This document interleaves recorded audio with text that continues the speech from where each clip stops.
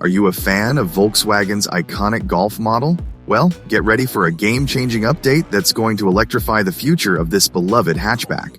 Before we dive into the details, make sure to hit that subscribe button, give this video a like, and share it with your fellow car enthusiasts. Let's keep you updated on all things automotive. I got a God complex. Haters love to hate, but I never feel pressed. Got a lot on my plate, but I never get stressed. I'll take all the pressure like I'm acing this test. The Golf is one of Volkswagen's most iconic models, and the name will live on into the brand's next generation of vehicles. After the 8th generation hatchback sees out its life cycle, it will be replaced by an all-electric 9th generation model that will be VW's first to be based on the SSP platform. Often seen as the electric alternative to the Golf, the ID3 is likely to be replaced by the Mk9 Golf and will start the MEB electric platform's slow phase out.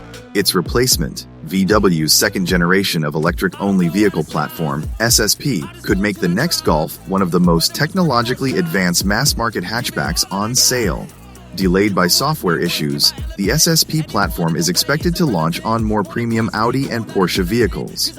Autocar reports that it will only make it into the Mk9 Golf, and, by extension, any VW brand vehicle, by 2028.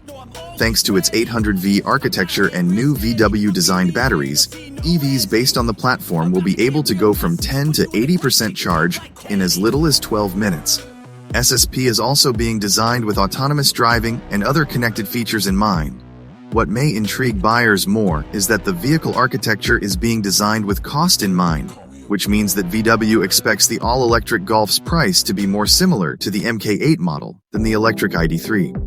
What may intrigue enthusiasts is that since the platform is being developed for Porsche and Audi vehicles, it will also be faster.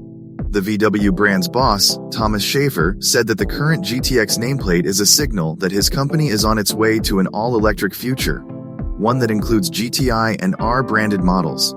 You need models that are exciting. R has always been our exciting place. We've spent a lot of time and money to get that brand, and we're not going to give that up, Schaefer told Autocar. But we're only going to call it R if it's an R in terms of performance, in terms of all-wheel drive. That means that the GTX name will be phased out as the GTI and R badges transition into the EV space.